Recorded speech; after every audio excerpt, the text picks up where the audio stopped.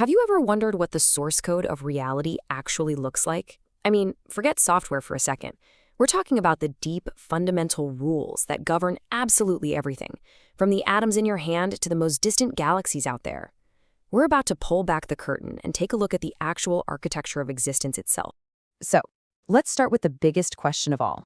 What holds everything together? What stops the universe from just flying apart into some meaningless cloud of particles? It is truly one of the most profound questions we can even ask. And the answer, and this is what's so incredible, is this number, 4. That's it, just 4 fundamental rules, 4 forces that literally write the entire story of our universe. Everything that has ever happened or ever will happen is just a dance between these 4 interactions. So let's meet them. These are the 4 fundamental forces of nature. You can think of them as the master architects of reality. Let's do a quick roll call. First up, you've got the strong nuclear force. Its whole mission in life is binding. This is the cosmic superglue, the thing that holds the nucleus of every single atom together. Without it, nothing could exist. Next, we have electromagnetism. Its job is building. This force is responsible for, well, basically all of chemistry. It's what builds atoms into molecules and molecules into you, me, and everything you can see and touch. Then there's the real oddball of the group, the weak nuclear force. Its specialty? Changing. This is the only force that can actually transform one type of particle into another. It's the engine behind things like radioactive decay, and it's a key part of what powers our sun. And finally, the one we all know and feel every day, gravity. Its grand purpose is shaping. It's the sculptor of the large-scale universe, pulling matter together to form planets, stars, and entire galaxies. Okay, so now that we've met the team, let's dig into the details a little bit. It's time to open up the case files and see how these forces really stack up against each other. Now, when you lay it all out like this, the difference in scale is just staggering. Take a look at the relative strength. If we set the strong force at a value of 1, gravity is, well, it's almost unimaginably weak. So why does it dominate the cosmos? It's all about the range.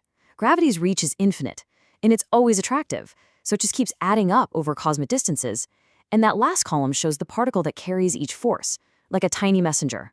For electromagnetism, it's the photon, the particle of light. For the others, you've got things like gluons and bosons. The key thing to see, though, is that dramatic contrast between gravity's incredible weakness up close and its infinite, all-encompassing reach. But here's where our tidy little story gets, well, really messy. In fact, this is where it breaks down completely. See, modern physics is built on 2 of the most successful theories ever. But here's the kicker. They fundamentally disagree on the nature of reality. This is physics' great divide. So on one side, you have Einstein's General Relativity. It describes gravity beautifully as this smooth, continuous fabric of space-time that gets bent and warped by mass. It works perfectly for big things, planets, stars, galaxies. But on the other side, you've got quantum mechanics. It describes the other 3 forces as this jittery, pixelated world of individual particles and probabilities. It works perfectly for tiny things, atoms, quarks. The problem, they can't both be the complete story. One world is smooth, the other is chunky, and they just don't play well together.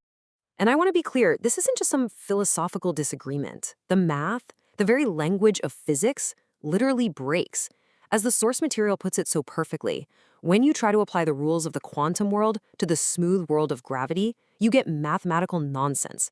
Infinities start popping up everywhere, and the equations just completely fall apart. And this massive divide has launched one of the greatest challenges in the history of science. The quest to unite all the forces into a single, elegant theory. Some call it a theory of everything.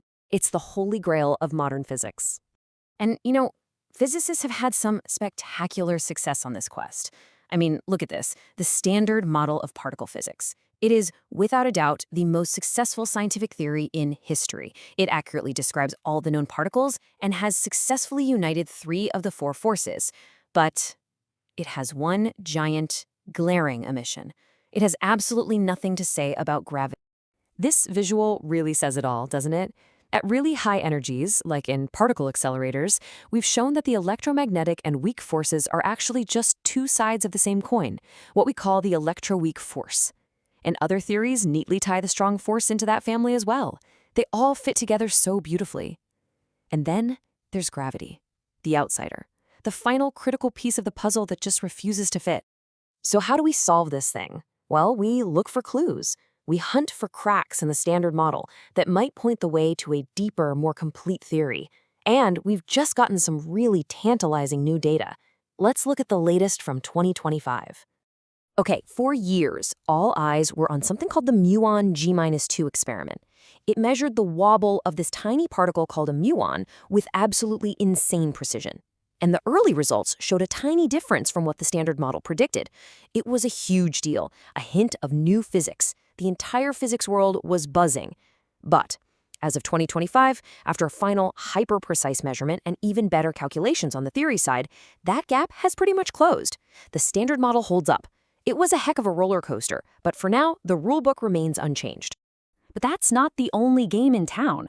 For a while, a lab in Hungary was reporting some really strange results from nuclear decay, these little anomalies that could be explained by a totally new particle, the so-called X-17 boson. And if that was real, it would mean a fifth fundamental force of nature.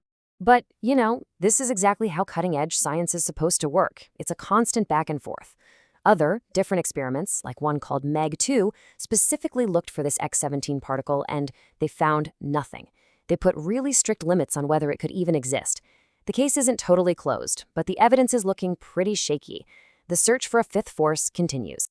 So if the standard model is holding strong and there's no clear sign of a new force, how in the world do we solve the final mystery and finally unite gravity with the rest of physics? Well, there are two leading contenders, and I've got to tell you, they're both completely mind-bending. On one hand, you've got string theory. It says that if you could zoom in far enough, you'd see that particles aren't points, but tiny vibrating loops of string, and different vibrations create different particles. Get this, one specific vibration perfectly matches the properties of the graviton, the particle that should carry the force of gravity. The catch?